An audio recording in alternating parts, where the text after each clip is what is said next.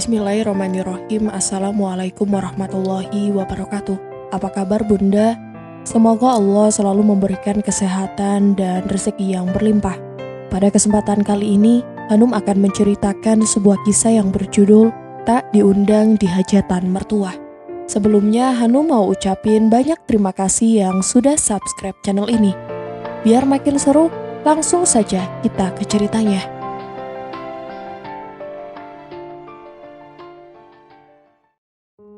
Nabila duduk termenung di ruang tamu, memandangi layar ponselnya yang baru saja menampilkan pesan dari grup keluarga suaminya. Nabila, besok gak usah kamu ajak.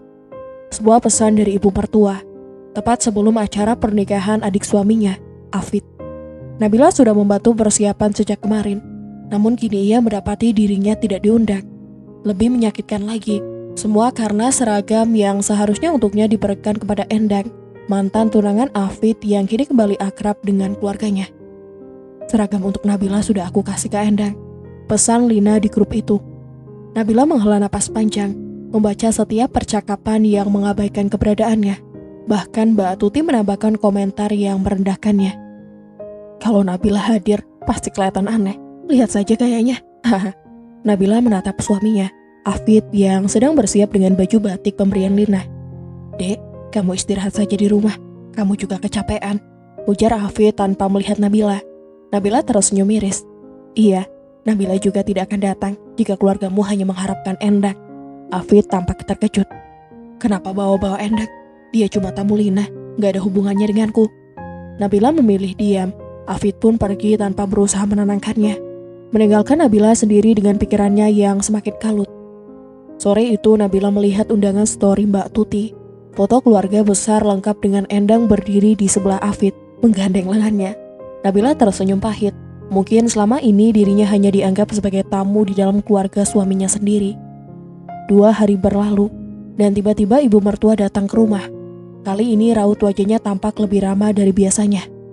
Nabila, kamu lagi sibuk? Tanyanya dengan senyum yang jarang terlihat. Nabila mengangkat wajahnya dan menatap ibu mertuanya. Ada banyak pertanyaan di benaknya, namun ia hanya bisa bertanya balik. Ada apa, Bu? Ibu kesini mau nanya, perhiasan simpananmu masih utuh kan? Tanya ibu mertuanya.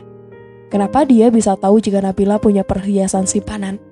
Memang, Nabila mempunyai perhiasan yang cukup banyak, tapi semuanya disimpan di rumah orang tuanya. Ia tak pernah memberitahu siapapun. Perhiasan? Menantu ibu yang dianggap rendah ini, mana mungkin punya perhiasan? Jawab Nabila sinis. Tapi Afid bilang kamu punya perhiasan simpanan. Tolong bantu ibu ya Nabila. Pinjamkan dulu untuk bayar resepsi Lina. Masih kurang 60 juta. Ucap ibu mertuanya memelas. Tidak ada, Bu. Jawab Nabila kekeh. Mau memasang raut wajah memelas sekalipun, Nabila tidak mau. Memberikan pinjaman apalagi perhiasan simpanannya. Apakah Afid tahu Nabila punya simpanan perhiasan walaupun saat itu Nabila tak memberitahu dirinya? Jangan bohong kamu Bila.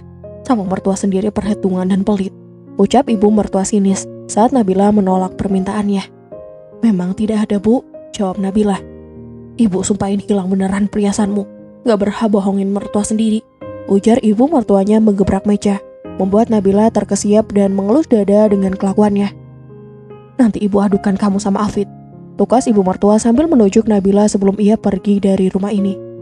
Begitulah ibu mertuanya jika marah pada Nabila, selalu mengancam untuk mengadu pada Afid. Baru saja ibu mertuanya pulang dari rumah Nabila, sudah terdengar keributan suaranya berasal dari depan rumah mertuanya. Nabila mengintip dari jendela depan. Seorang wanita mungkin usianya sekitar 35 tahun sedang adu mulut dengan Mbak Tuti. Samar-samar Nabila mendengar wanita itu menyebut biaya yang belum dilunasi. Ibu dan bapak mertua Nabila tampak ikut bicara. Hingga wanita itu pergi, mungkin mereka menjanjikan agar segera membayar. Nabila melihat jam di dinding, sudah menunjukkan pukul 10 pagi. Lebih baik Nabila pergi belanja sayur dulu. Tadi sudah sarapan beli bubur ayam.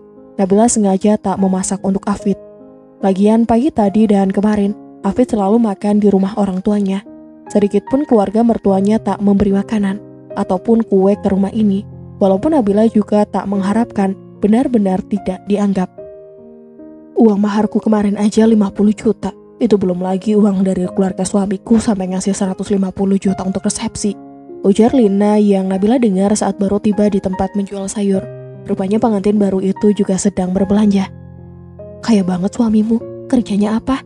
Saut Pusri, wanita yang terkenal jago bergosip di daerah ini.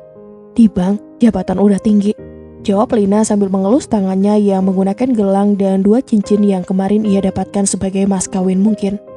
Nabila mulai memilih sayur, tanpa menghiraukan ucapan Lina yang sedang disimak oleh ibu-ibu.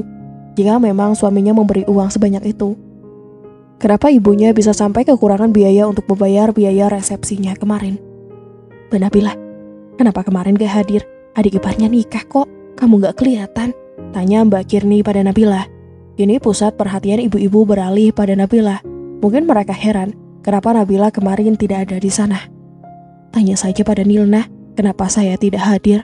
Jawab Nabila tanpa menoleh. Mbak aja yang suka mengurung diri, gak mau bantu-bantu padahal lagi ada acara, ucap Lina ketus. Bukannya kamu dan keluargamu yang melarangku datang pada saat resepsi. Di grup keluarga, aku baca semua pesan kalian. Jelas Nabila dan menatap Lina ingin melihat responsnya. Ia tampak gelagapan seperti tertangkap basah. Mungkin ia pikir Nabila tak membaca percakapan mereka di grup. Kok setega itu keluarga kamu, Lin? Kakak ipar sendiri gak boleh datang, timpal Busri. Lina mungkin tak menyangka jika Nabila mengatakan hal itu di depan semua ibu-ibu yang sedang belanja. Ia tak menjawab apapun, hanya menatap Nabila dengan sinis kemudian pergi dan kembali menaruh sayuran yang tadi telah ia pilih. Ditanyain malah pergi, berarti emang bener kan katanya Nabila? Kalau dia nggak diundang, ucap Pusri. Beberapa ibu-ibu yang lain tampak prihatin pada Nabila. Sudah biasa Bu, Nabila diperlakukan seperti itu, ujar Nabila pada ibu-ibu itu. Sebenarnya tidak baik Nabila mengatakan masalah keluarga pada semua tetangga. Tapi karena Lina yang menjelekannya, terpaksa Nabila harus mengatakan ini agar orang lain tidak salah paham dengan ketidakhadirannya kemarin di acara resepsi. Saat Nabila hampir tiba di depan rumah mertuanya sudah ada mobil yang tak asing baginya. Mobil merah itu adalah mobil milik Endang. Tak lama benar, Endang keluar dari dalam rumah ibu bersama ibu mertuanya dan juga Lina. Ibu mertuanya menatap Nabila sekilas dan membuang muka. Ia kemudian tersenyum pada Endang. Wajah ibu mertuanya seperti seorang penjilat. Nanti ibu sampaikan pada Afid setelah ia pulang kerja, ucap ibu mertua dengan cukup keras hingga Nabila mendengarnya. Nabila tak menghiraukannya lagi. Apa yang mereka bicarakan? Pakai bawa-bawa nama Afid. Entah apa maksud ibu mertuanya. Mereka memang sangat menyukai Endang. Mbak Dewi saja selalu dipuji seakan Endang tak ada celah sedikit pun. Baru saja Nabila membukakan pintu untuk Afid yang baru saja pulang dari kantor. Mereka bertatapan. Afid menatap Nabila dengan tajam seakan menahan amarah. Apa yang kamu lakukan pada ibuku? Tanya Afid sambil melangkah masuk ke dalam rumah. Aku tidak melakukan apapun pada ibumu, jawab Nabila santai dan kembali duduk di sofa sambil menonton televisi. Sejak kapan kamu berani berbuat seperti ini, Nabila? Berbuat apa maksudmu, Mas? Tanya Nabila tidak mengerti. Kenapa kamu beraninya membentak dan memarahi ibuku? Tandasnya. Aku tidak membentak ibumu. Apa yang kamu katakan? Nabila masih tidak mengerti arah pembicaraan suaminya. Ibu sudah cerita semua padaku. Kamu membuatnya menangis. Kalau kamu punya simpanan perhiasan, kenapa kamu tidak mau meminjamkan? Bukannya membentak dan memarahi ibuku seperti itu membuatnya sakit hati, ujar Afid. Oh, jadi karena itu ibu mengadu. Memang dia tadi datang kemari tapi aku sama sekali tidak membentak, bahkan tidak membuat ibu menangis. Ini pasti hanya karangan ibumu agar membuat aku salah di depan matamu. Dan satu lagi, Mas, tentang perhiasan itu. Sejak kapan kamu tahu aku mempunyai simpanan perhiasan? Tukas Nabila. Kamu pikir kamu bisa membohongiku, Nabila? Aku tahu kamu mempunyai perhiasan yang banyak dan kamu simpan di rumah orang tuamu, jawab Hafid masih dengan amarah yang jelas dari sorot matanya. Lantas, apa hubungannya denganmu jika aku mempunyai simpanan perhiasan itu? Pasti perhiasan itu kamu beli menggunakan uang gajiku bukan? Yang selama ini aku belikan padamu, ucap Hafid. Nabila menyuguhkan senyum miris mendengar perkataan Hafid. Selama ini gajinya selalu ia pegang sendiri, belum lagi untuk memberi ibu dan adiknya. Sedangkan Nabila hanya diberi 1,5 juta untuk 1 bulan, tentu itu tidak cukup. Bagaimana bisa dia berpikir jika Nabila mempunyai simpanan perhiasan dan membeli menggunakan uang itu? Kamu saja memberiku uang 1,5 juta setiap bulan. Uangmu itu bahkan hanya cukup untuk makan itu juga sudah pas-pasan, jawab Nabila jengah. Begitukah? Terus, dari mana kamu mendapatkan uang sebanyak itu untuk membeli perhiasan? Apakah kamu menjual diri selama aku bekerja? Perkataan Afid sangat membuat Nabila marah. Apakah sehina itu Nabila di hadapan matanya sebagai seorang istri? Kenapa kamu marah jika itu tidak benar? Maka kamu harus mau meminjamkan perhiasan itu untuk keluargaku.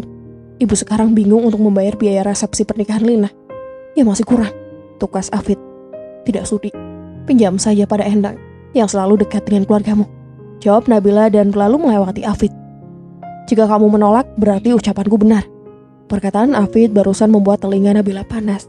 Jika dia bukan suaminya sudah ditampar dia. Memang benar apa yang dikatakan Endang tentangmu, ucap Afid kembali.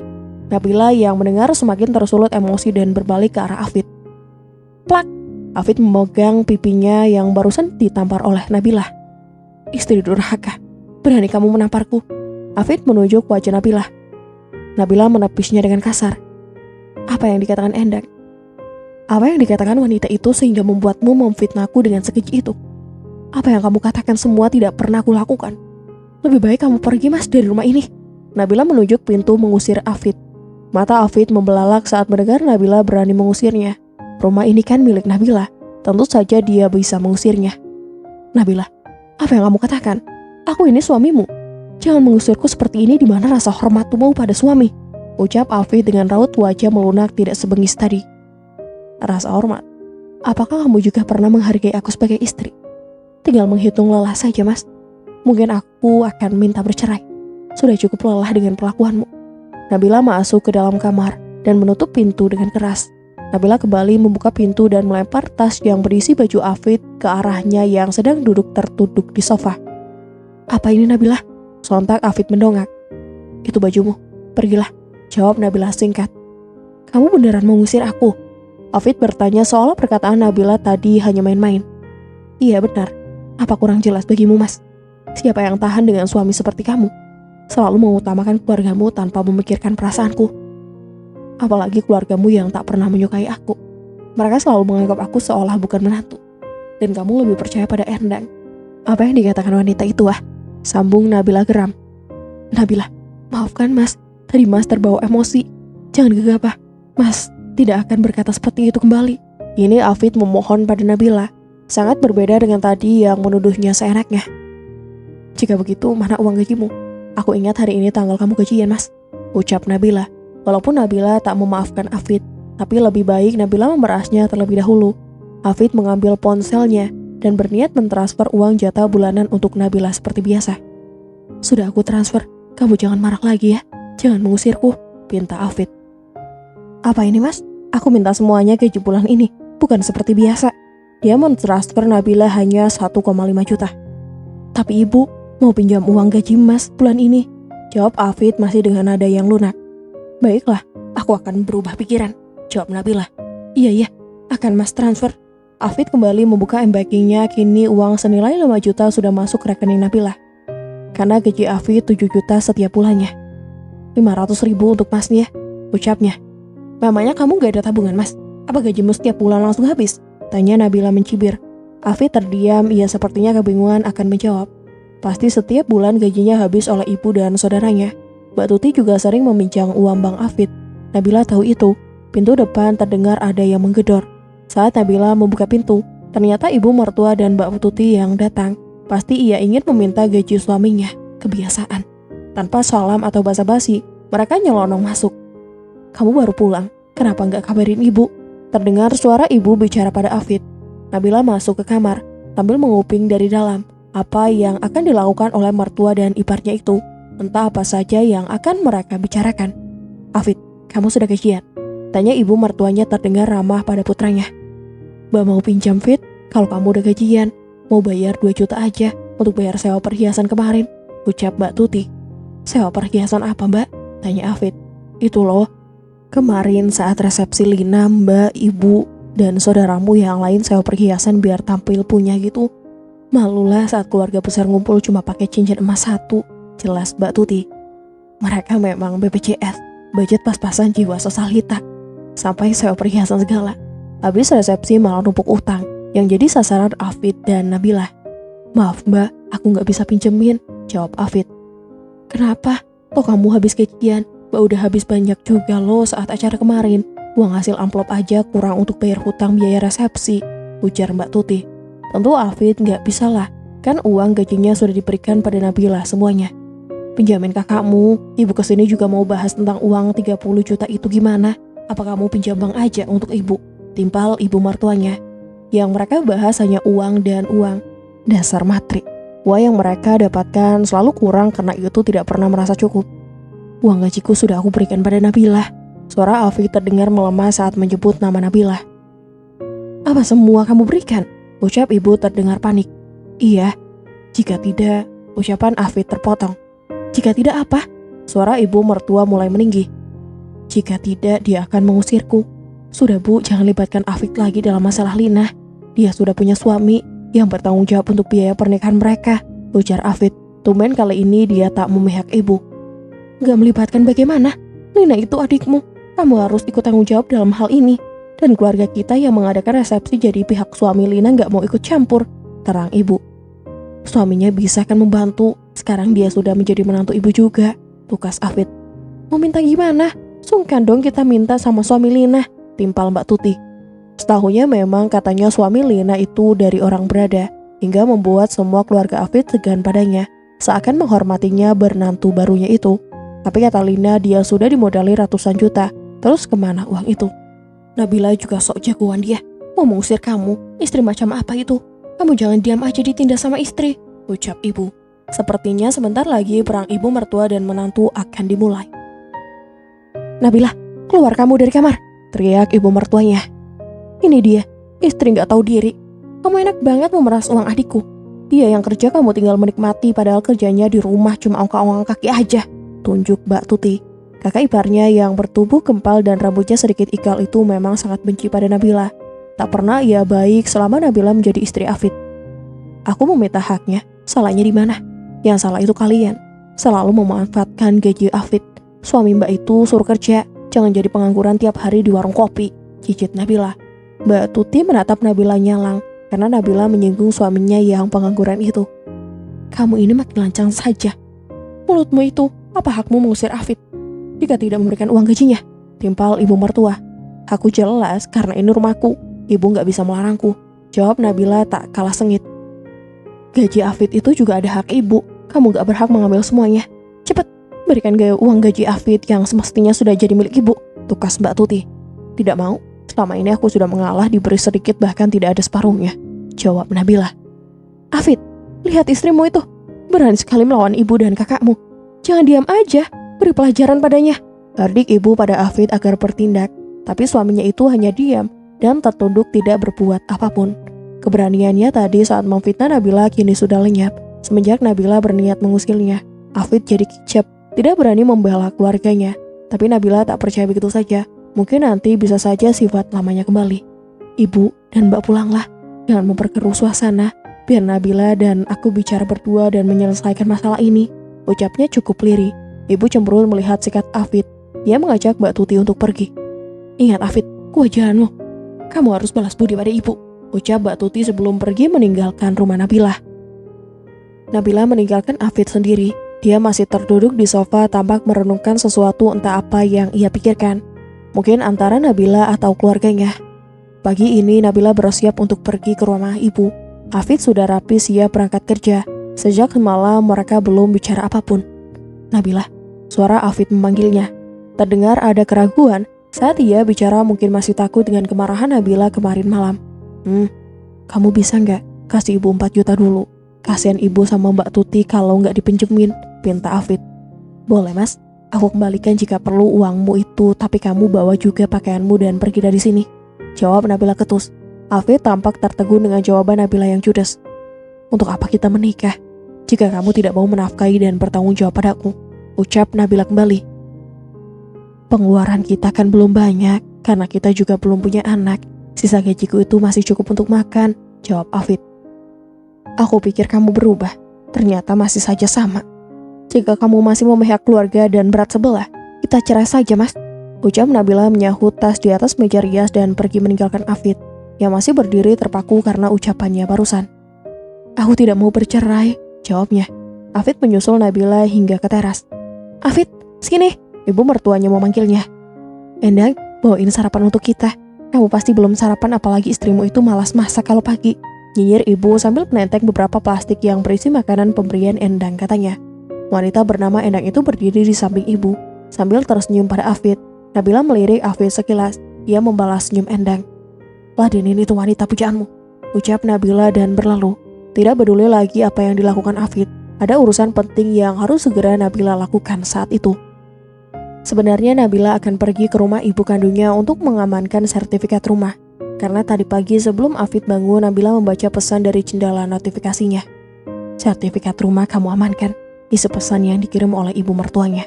Sertifikat rumah memang Nabila simpen di lemarinya. Walaupun Nabila yang mempunyai kuncinya tetap saja tak merasa aman. Apalagi mertuanya sudah mengincar dan mengirim pesan begitu pada suaminya. Nabila tiba di rumah ibunya. "Assalamualaikum," ucap Nabila. "Waalaikumsalam," ibunya yang membuka pintu. "Nabila, kamu kenapa? Sakit ya? Kayak lemes gitu," tanya ibu padanya. Mungkin karena masalah akhir-akhir ini cukup menguras emosi Nabila, jadi membuatnya lelah sehingga ibu menganggap Nabila sedang sakit. "Cuma gak enak badan aja, Bu," jawab Nabila pada ibu agar beliau tak khawatir. "Kemarin nikahnya Lina, kenapa ibu gak ada yang dikabarin? Kamu juga Nabila, ngelarang ibu untuk datang," ucap ibu. Keluarga mertuanya memang keterlaluan. Bukan hanya Nabila saja yang dilarang hadir saat resepsi, bahkan undangan untuk ibunya yaitu biasanya saja tidak ada dikabarkan. Karena ibu saat itu menelpon mau datang karena tahu resepsi Lina dari beberapa ibu-ibu yang mendapat undangan. Tapi Nabila melarang ibu kandungnya untuk datang. Mereka saja tidak mengundang ibunya. Untuk Abah, ibunya repot ke sana sama sekali tidak dianggap. "Untuk apa ibu datang? Diundang saja tidak," jawab Nabila kesal. "Seenggaknya menghargai besan. Mungkin mereka lupa buat undangan ibu," ujar ibunya yang masih saja berbaik sangka pada mereka. "Mereka memang sengaja tak mengundang ibu. Jangankan ibu, Nabila saja tidak diundang," jelas Nabila. "Gak diundang? Kamu bercanda Nabila? Tinggal di sebelah mertua kok bisanya gak diundang?" Tugas ibunya heran. Pasti ibu Nabila tak percaya dengan apa yang dialami oleh putrinya ini. Ingin tak cerita, tapi Nabila pendam sendiri, sesak juga rasanya. Raut wajah ibunya berubah prihatin saat mendengar cerita Nabila. "Sabar Nabila, memang tabiat mertuamu begitu. Doakan saja dia berubah," ucap sang ibu mengusap lembut punggung tangan Nabila. Kalau Nabila lelah, mungkin rumah tangga Nabila sudah bubar, Bu. Nabila menghela napas. Keadaan rumah tangganya sudah terasa di ujung tanduk tinggal robohnya. Apalagi ibu mertuanya selalu memberi peluang Endang untuk datang dan berdekatan dengan Afid. Hati Nabila sudah kebas dan mati rasa.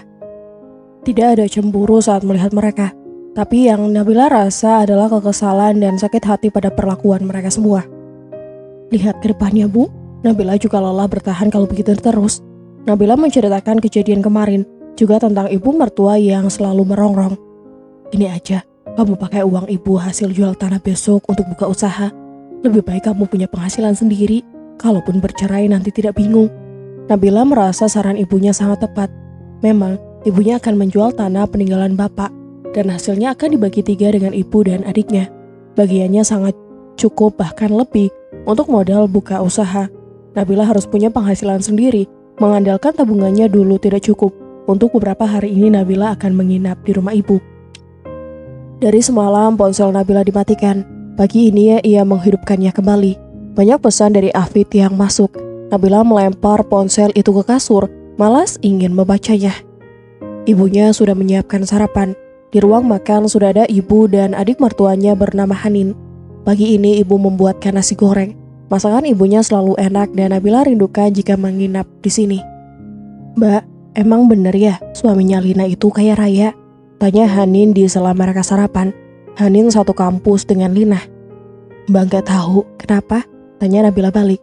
"Di kampus Lina udah terkenal Mbak, nikah sama orang kaya, bilangnya anak bos pengusaha batu bara gitu. Tapi masa tadi pagi mertua Mbak nelpon mau pinjem uang sama ibu," jelas Hanin. Hampir saja Nabila tersedak oleh ucapan adiknya. "Pinjem uang gimana?" Nabila menatap ibu. Ibu menyenggol tangan Hanin. "Udah, gak usah dibahas," ujar ibu. "Harus dibahas, Bu. Enak banget mau minjam karena dengar ibu mau jual tanah. Heran deh sama mertua Mbak Nabila. Kok bisa tahu aja?" ucap Hanin kesal. "Bilangin ibu Mbak, jangan mau pinjemin. Kadang ibu terlalu baik sama orang," sambung Hanin. Setelah sarapan di rumah ibu, Nabila memutuskan untuk kembali ke rumahnya sendiri. Ia ingin melihat kondisi rumahnya dan memastikan semuanya baik-baik saja. Saat Nabila membuka pintu rumah, ia dikejutkan oleh suara laki-laki yang dibuka dengan kasar dari dalam kamar. Dengan langkah hati-hati, Nabila berjalan menuju kamar dan melihat Afid sedang sibuk mengacak-acak lemari pakaian mereka. "Mas, apa yang kamu lakukan?" Suara Nabila menggema di ruangan itu. Afid terkejut dan langsung menoleh ke arah Nabila. Raut wajahnya terlihat panik. "Nabila, aku hanya mencari sesuatu," jawabnya gugup. "Mencari apa?" "Sertifikat rumah." Nabila menatapnya tajam. Afid tak bisa berkata apa-apa, wajahnya semakin pucat. "Jangan buang waktumu, Mas. Sertifikat rumah sudah aku amankan di tempat yang tidak bisa kamu jangkau," ujar Nabila dengan nada penuh ketegasan. Afid mengepalkan tangannya, seakan frustasi karena rencananya terbongkar. "Nabila, aku butuh uang. Ibu dan Mbak Tuti juga membutuhkannya." "Kamu pikir aku peduli?" balas Nabila dengan nada tajam. "Aku sudah cukup sabar dengan semua ini, Mas. Aku tidak akan membiarkan kalian mengambil hakku seenaknya." Suasana semakin tegang.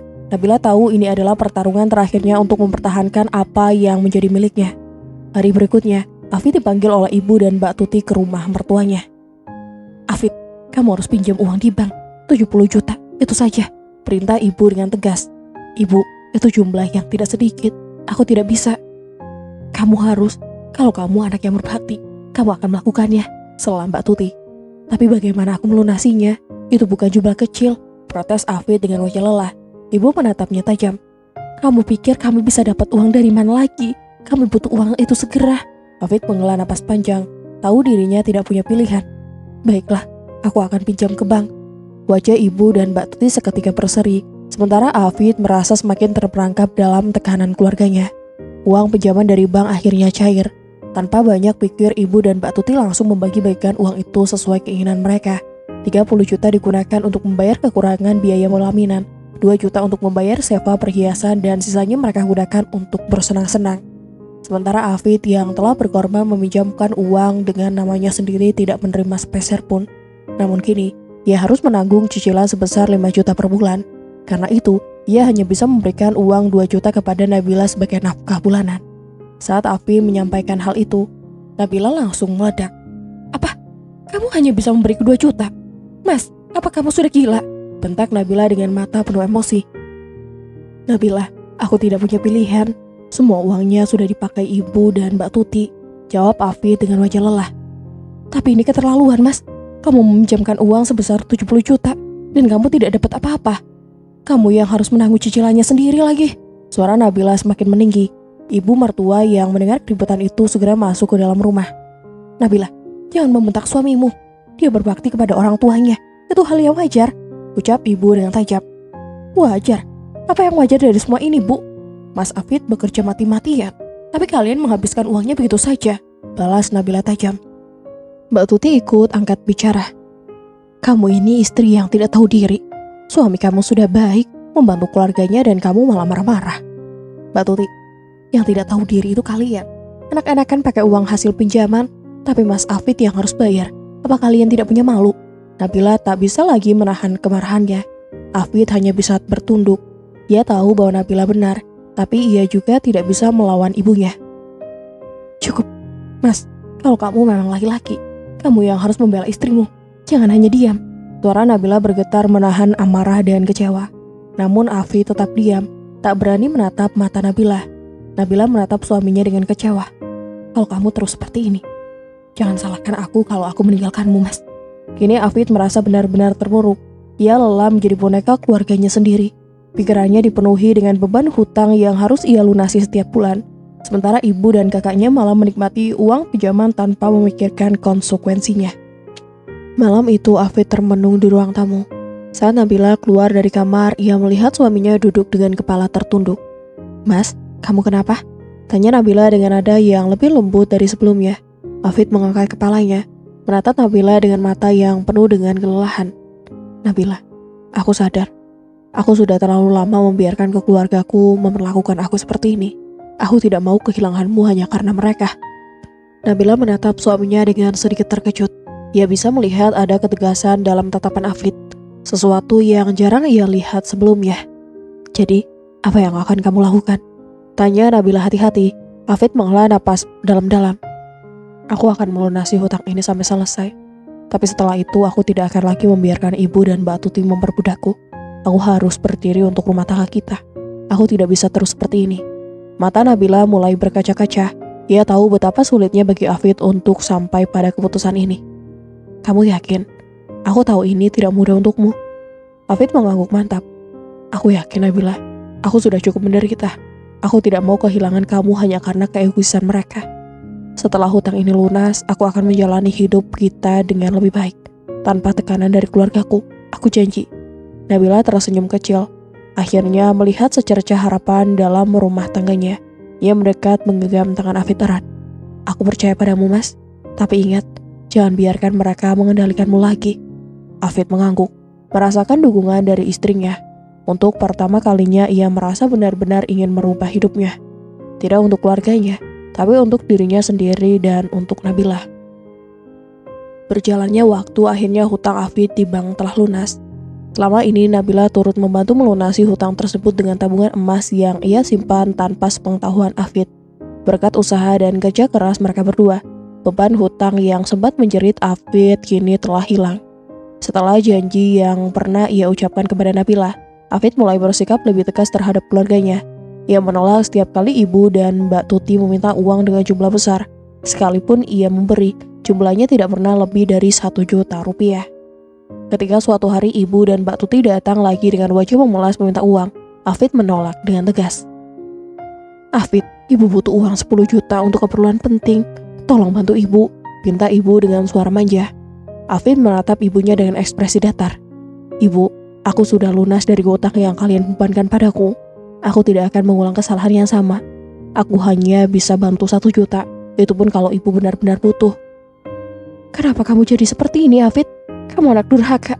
Dulu kamu tidak seperti ini, bentak Mbak Tuti. Aku bukan anak durhaka, Mbak. Aku hanya tidak mau diperbudak lagi. Aku punya istri. Aku punya masa depan sendiri. Aku sudah cukup menderita karena kalian, tegas Afid. Nabila yang mendengar itu dari dalam rumahnya tersenyum kecil. Ia melihat perubahan besar dari dalam Afid. Suaminya kini lebih tegas, lebih mandiri dan tidak lagi dikendalikan oleh keluarganya. Ibu mendengus kesal. Ya sudah. Kalau begitu saja yang bisa kamu kasih. Kamu pasti terpengaruh oleh Nabila kan? Afid menggeleng. Tidak bu, ini keputusanku sendiri. Aku sudah berjanji pada Nabila. Setelah hutang lunas, aku tidak akan lagi membiarkan diri ini diperbudak. Ibu dan Mbak Tuti pergi dengan wajah kesal. Sementara Nabila menghampiri Afid dan menggenggam tangannya erat. Aku bangga padamu mas. Kamu sudah menepati janjimu. Afid menatap istrinya dengan penuh rasa syukur. Terima kasih sudah bertahan bersamaku Nabila. Aku janji, mulai sekarang hidup kita akan lebih baik, tanpa campur tangan siapapun. Suatu hari, Hanin datang dengan ekspresi penuh antusias. Ia segera menarik tangan Nabila dan berbisik, Mbak, kamu gak bakal percaya sama apa yang baru aja aku dengar dari teman-teman kampus. Nabila mengernyit, apa? Hanin mengambil ponselnya dan menunjukkan sebuah foto. Dalam gambar itu terlihat Bayu, suami Lina, sedang mengatur parkiran di depan sebuah Indo April. Teman-teman kampusku memperkoki Bayu jadi tukang parkir liar, Mbak. Mereka langsung foto dan nyebarin. Sekarang ini jadi hot news di kampus. Semua orang udah tahu kalau dia bukan anak bos batubara. Jelas Hanin. Mata Nabila membesar. Jadi, semua cerita Lina itu bohong. Hanin mengangguk. Iya mbak, keluarga Bayu ternyata biasa aja. Gak kayak seperti yang dikira orang-orang. Ketika kabar ini sampai ke telinga ibu mertua Nabila, ia langsung marah besar dan menolak mempercayainya. Tidak mungkin. Bayu itu menantu yang hebat. Keluarganya kaya. Dia pasti cuma menyamar atau sedang coba-coba kerja, serunya dengan keras kepala. Namun setelah Lina didesak untuk mengakui kebenaran, akhirnya ia pun mengaku. Iya bu, keluarga Bayu memang bukan orang kaya, tapi aku mencintainya. Bayu mungkin bukan pengusaha, tapi dia bekerja keras. Sejak menikah denganku, aku berubah. Aku tidak lagi sombong seperti dulu. Aku lebih menghargai hidup dan orang-orang di sekitarku. Mendengar hal itu, Ibu Lina yang merasa dibohongi langsung naik pitam. Kalau begitu cerai aja. Ibu gak mau punya menantu miskin. Namun Lina menggalang tegas. Tidak bu, aku mencintai Bayu. Aku tidak peduli dengan status sosialnya. Dia sudah mengubahku menjadi orang yang lebih baik. Dan itu lebih berharga daripada harta yang selama ini aku banggakan. Nabila yang menyaksikan semua ini hanya bisa tersenyum kecil. Dalam hatinya, ia tahu bahwa tidak semua kebahagiaan bisa diukur dengan kekayaan. Lina yang dulu sombong ini berubah menjadi lebih rendah hati. Semua itu karena Bayu. Ketika Ibu Lina mendengar pengakuan Lina, emosinya langsung meledak. Dengan suara lantang ia berteriak, "Dasar anak durhaka, tidak tahu malu. Kalau begitu angkat kakimu dari rumah ini. Aku tidak sudi punya anak yang menikah dengan orang miskin." Lina yang mendengar hal itu hanya tersenyum tipis, tanpa sedikit pun memohon kepada ibunya agar mengubah keputusannya. Justru, ia merasa lega. "Terima kasih, Bu. Mungkin ini yang terbaik untuk kita semua. Aku akan pergi," jawab Lina dengan tenang. Ibu Lina tercengang dengan reaksi Lina yang begitu santai. Dia mengira Lina akan menangis dan memohon, tetapi yang terjadi justru sebaliknya. Tanpa banyak bicara, Lina mengemas barang-barangnya dan meninggalkan rumah yang selama ini ia tinggali. Lina memilih untuk hidup bersama Bayu di rumah mertuanya. Berbeda dengan ibunya sendiri, mertua Lina menerima dirinya dengan penuh kasih sayang. Maka mereka memperlakukannya bukan hanya sebagai menantu, tetapi sebagai anak kandung sendiri. "Lina, jangan anggap rumah ini hanya sebagai tempat tinggal. Ini rumahmu juga," ujar ibu mertuanya dengan lembut. Lina tersenyum bahagia, merasa benar-benar dihargai. Ia merasakan kasih sayang yang selama ini tak ia dapatkan dari ibunya sendiri. Hal ini sangat berbanding terbalik dengan keadaan Nabila, mertuanya, yaitu ibu Lina. Tetap keras kepala dan penuh gengsi, selalu mengutamakan status sosial dibandingkan kebahagiaan anaknya sendiri. Kini, Lina telah menemukan kedamaian di dalam rumah barunya, jauh dari lingkungan keluarga yang toksik. Ia menyadari bahwa kebahagiaan bukan diukur dari kekayaan, melainkan dari orang-orang yang tulus mencintai dan menerimanya apa adanya. Masalah kembali datang menghampiri ibu mertua Nabila, Endang, yang dulu dikenal bersikap lembut dan manis terhadap keluarga Afid. Kini datang dengan ekspresi penuh amarah yang tidak bisa ia bendung. Endang langsung mendatangi rumah ibu Afid dan tanpa basa-basi ia berkata, "Aku sudah cukup sabar. Mana janji yang ibu buat dulu?" Ibu Afid terkejut. "Endang, kenapa kamu bicara seperti ini? Apa maksudmu?" "Jangan pura-pura tidak tahu, Bu. Selama ini aku selalu memberikan apa yang ibu minta, termasuk uang yang jumlahnya tidak sedikit. Aku lakukan itu karena ibu menjanjikan akan menyingkirkan Nabila dan menjadikan aku istri Afid," bentak Endang. Nabila dan Afid yang kebetulan mendengar itu langsung tercengang. Afid maju selangkah, menatap ibunya dengan ekspresi kecewa. "Ibu, apa ini benar?" Ibu Afid mulai gelagapan, sementara Mbak Tuti yang berdiri di sampingnya ikut panik. "Endang, jangan asal bicara." Endang tertawa sinis. "Asal bicara? Aku sudah menunggu lama, tapi ibu tidak pernah memenuhi janji ibu. Aku sudah cukup dipermainkan. Sekarang aku ingin semua yang aku berikan dikembalikan." Afid semakin kecewa. Ia tak percaya ibunya tega melakukan ini. "Ibu, apakah selama ini ibu emang berniat menyingkirkan Nabila demi Endang?" Ibu Afid terdiam, tak bisa menjawab. Endang menatapnya dengan tajam. "Aku tidak peduli bagaimana caranya, Bu. Aku ingin semua uang dan barang yang aku berikan kembali. Kalau tidak, aku tidak akan tinggal diam."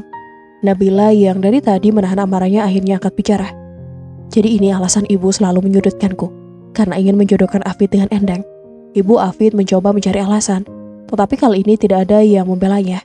Bahkan Afid pun kini menatap ibunya dengan tatapan penuh kekecewaan.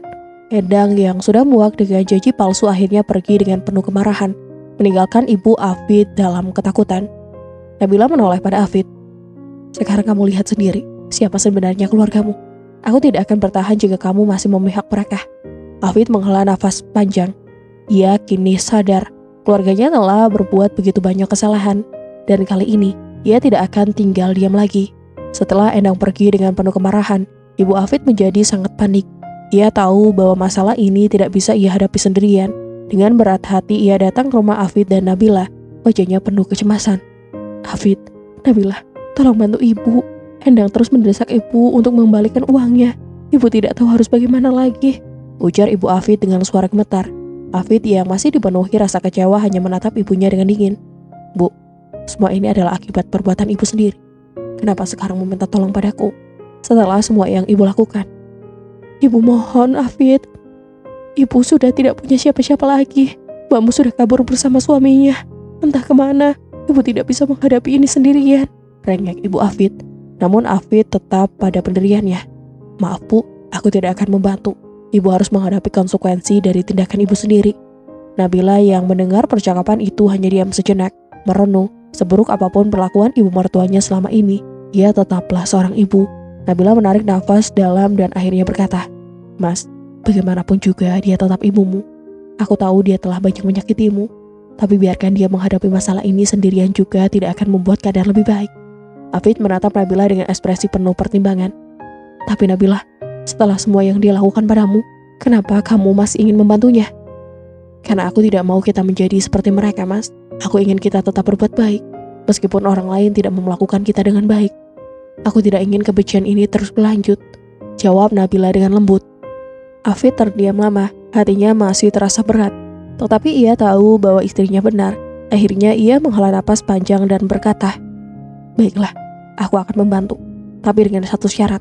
Setelah ini ibu tidak boleh lagi meminta apapun dariku. Ini terakhir kalinya." Ibu Afid mengangguk cepat. Wajahnya penuh rasa syukur. "Iya Afid, ibu janji ibu tidak akan menyusahkanmu lagi." Nabila tersenyum kecil. Merasa lega bahwa suaminya masih memiliki hati lembut meskipun telah dikecewakan berkali-kali. Dengan keputusan itu, Afid dan Nabila mulai mencari cara untuk membantu mengembalikan uang Endang tanpa harus mengorbankan masa depan mereka lagi. Setelah Afid dan Nabila membantunya, Ibu Afid mulai menyadari betapa lembutnya hati Nabila yang mampu memaafkan segala perbuatannya dulu. Suatu malam, ia mendatangi rumah Afid dan Nabila dengan wajah penuh penyesalan. "Nabila, aku tahu aku bukan mertua yang baik. Aku telah menyakitimu berkali-kali. Tapi kamu tetap membantuku. Kenapa?" Suara Ibu Afid bergetar. Nabila tersenyum lembut. "Karena aku tidak ingin menyimpan kebencian, Bu. Hidup terlalu singkat untuk terus memendam sakit hati. Lagi pula keluarga adalah tempat kita kembali. Aku ingin kita hidup lebih baik, tanpa beban." Air mata mengalir di pipi Ibu Afid. Ia mengangguk dan menggenggam tangan Nabila erat. "Maafkan Ibu, Nabila. Ibu benar-benar menyesal. Ibu akan berubah. Ibu janji." Afid yang melihat itu ikut tersenyum kecil. Ia akhirnya merasa lega melihat ibunya mau mengakui kesalahannya. "Ibu, yang penting sekarang kita mulai dari awal. Yang sudah berlalu biarlah berlalu." Dan ternyata perubahan itu bukan hanya sekedar janji kosong. Ibu Afid benar-benar berubah. Ia mulai memperlakukan Nabila dengan baik, berhenti mencampuri urusan rumah tangga Afid, dan tidak lagi memanfaatkan anak-anaknya demi kepentingan pribadi. 1 tahun kemudian, keluarga mereka berkumpul di rumah Ibu Afid. Semua hadir, kecuali Tuti dan suaminya yang masih belum diketahui keberadaannya.